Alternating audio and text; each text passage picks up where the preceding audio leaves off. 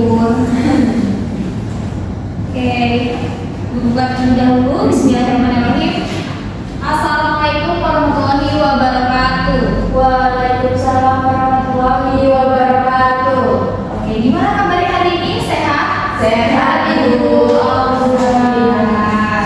Oke, jangan lupa ya jaga kesehatan soalnya kan sekarang ini pancaroba ya, kadang panas, kadang hujan. Jadi kalau bisa jaga kesehatan. Oke, sebelum kita mulai pembelajaran pagi hari ini, kelasnya siapa? Saya Ibu. Oke, silakan dipimpin doa. Ibu. Baik teman-teman, sebelum mulai pembelajaran, mari kita berdoa terlebih dahulu, berdoa dimulai. Berdoa selesai. Terima kasih ketua kelas. Baik, Ibu akan absen terlebih dahulu. Untuk kelas 7A, benar? Kelas 7A. Oke, Keiza, Hadir Ibu. Edita, Hadir Ibu. Ekakur, Tidak hadir Ibu. tidak hadir. Kenapa kamu terekannya sakit atau izin? Izin aja Ibu, ada acara pelajaran. Oke, surat sudah kirim kan? Sudah hadir Ibu. Izin. Selanjutnya Siti Hadira, Hadir Ibu. Nadia, Hadir Ibu. ada lagi yang belum dipanggil? Sudah hadir Ibu.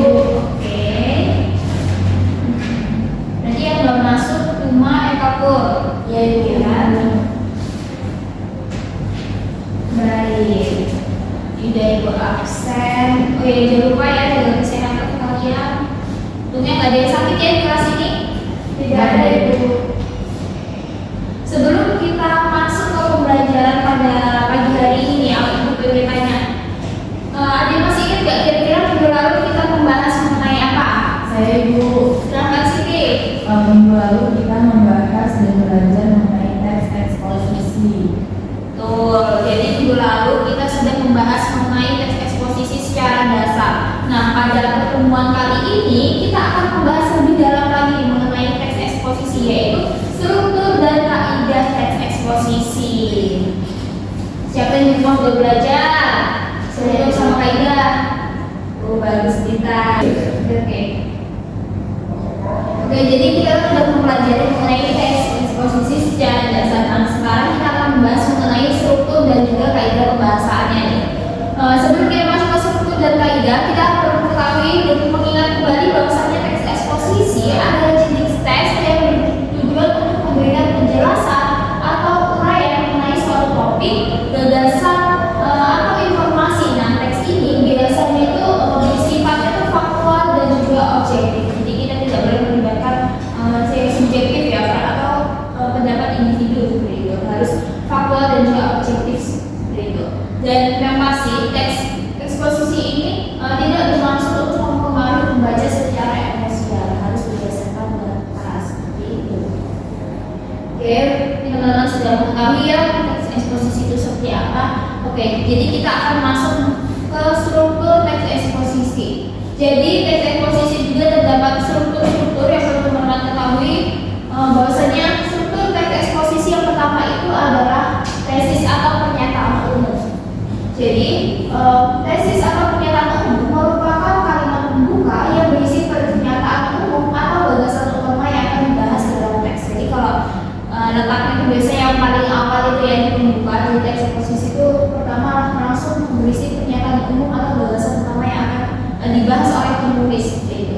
Nah, fungsinya ini untuk memberikan gambaran keseluruhan tentang topik yang akan dibahas. Jadi seperti sifatnya itu umum dulu baru ke khusus kalau teks eksposisi gitu.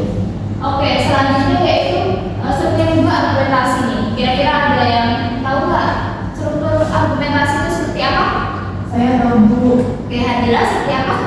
Nah, argumentasi itu berisi alasan yang mendukung tesis yang telah diajukan. Jadi kan tadi di awal itu sudah ada tesis. Nah, argumentasi ini sebagai alasan atau argumen untuk menunjang tesis yang sudah ada di awal tadi Bu. Oke, betul sekali Hadira. Tentang menurut buat Hadira. Oke, benar sekali ya. Jadi argumentasi ini adalah struktur bagian pendapat dari penulis, tapi harus didukung oleh tesis, tidak data seperti itu. Karena kan teks eksposisi itu subjektif ya, tidak boleh subjektif. Berbeda dengan teks deskripsi yang dia boleh subjektif berdasarkan individu, tapi kalau eksposisi itu harus berdasarkan fakta yang ada. Pendapatnya harus didukung oleh tesis-tesis yang sudah ada. Dan yang ketiga sebetulnya yaitu penegasan ulang atau kesimpulan. Jadi setelah kita mengetahui bahwasanya yang paling atas sebetulnya ada pernyataan umum, yang kedua di tengahnya itu ada argumentasi. Nah, struktur yang terakhir ini yang paling bawah yaitu penegasan ulang atau kesimpulan. Nah, di penegasan ulang ini biasanya bagian akhir ini berisi seperti penegasan atau kesimpulan yang dari atas, dari pernyataan umum, dari argumentasi itu kita simpulkan, kita taruh di struktur bagian penegasan ulang untuk mempertegas apa yang ingin kita sampaikan di teks tersebut. Habis ini paham dengan struktur? Paham Ibu.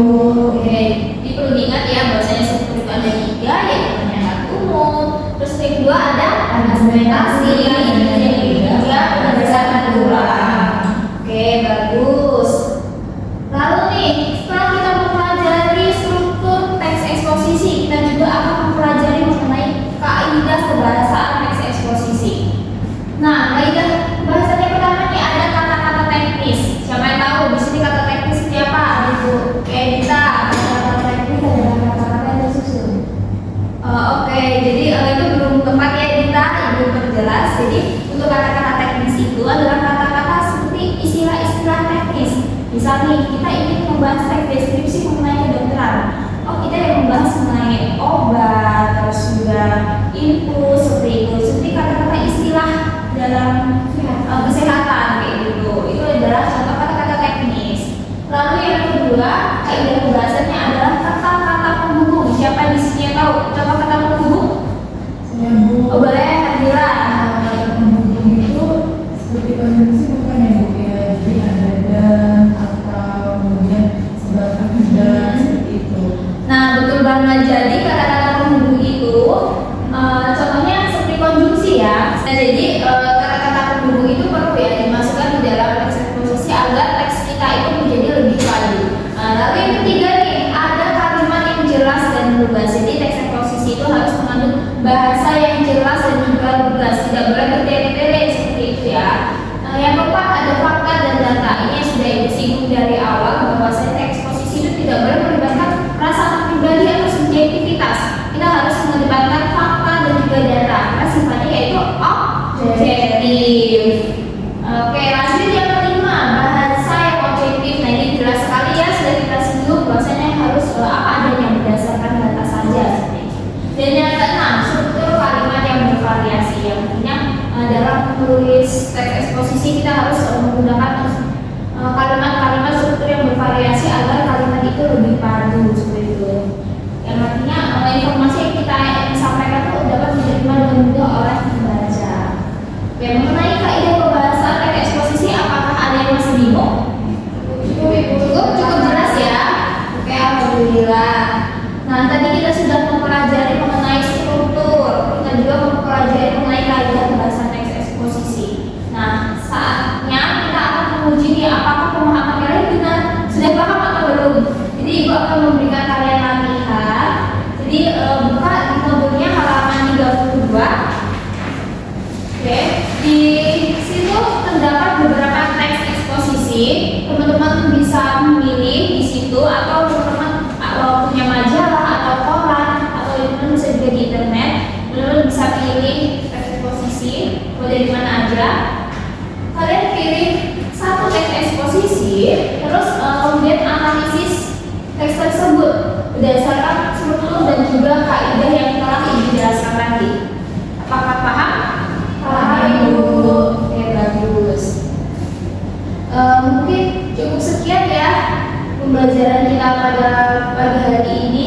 Alhamdulillah kita sudah mempelajari mengenai teks eksposisi pada minggu lalu minggu ini kita memperdalam teks eksposisi di bagian struktur dan juga kaidah kebahasaan. Seperti ibu harap pembelajaran kita mengenai teks eksposisi ini dapat diterima dengan baik dan juga membekas di hati dan pikiran teman-teman semua.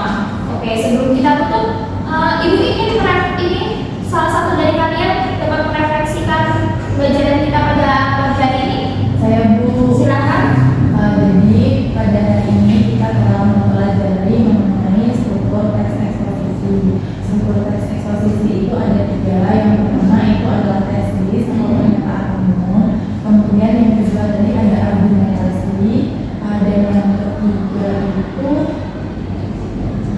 Kesimpulan. Oke, jadi benar ya.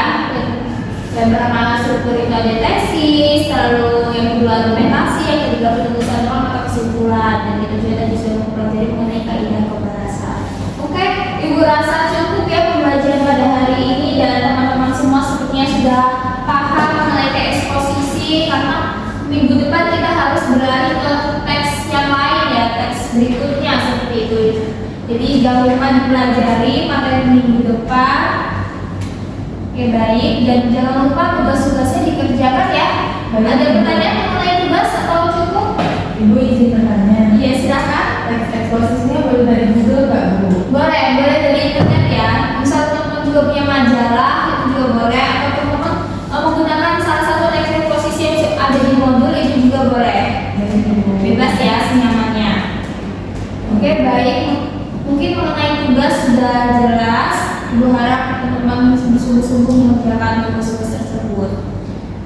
Oke, sebelum kita tutup pembelajaran kita pada pagi hari ini, silakan ketua kelas untuk membantu membaca doa. Baik, baik teman-teman, kita akan memulai pembelajaran. Berdoa dimulai. Berdoa selesai. Baik, terima kasih anak-anak sudah memperhatikan Ibu dan juga berusaha memahami mengenai teks eksposisi. Ibu harap ilmu yang Ibu berikan ini dapat bermanfaat untuk kalian. Amin ya rabbal alamin. Oke, Ibu mohon maaf atas kesalahan dan juga kekurangan Ibu selama memberikan penjelasan mengenai teks eksposisi. Ibu akhiri. Wassalamualaikum warahmatullahi wabarakatuh. Waalaikumsalam warahmatullahi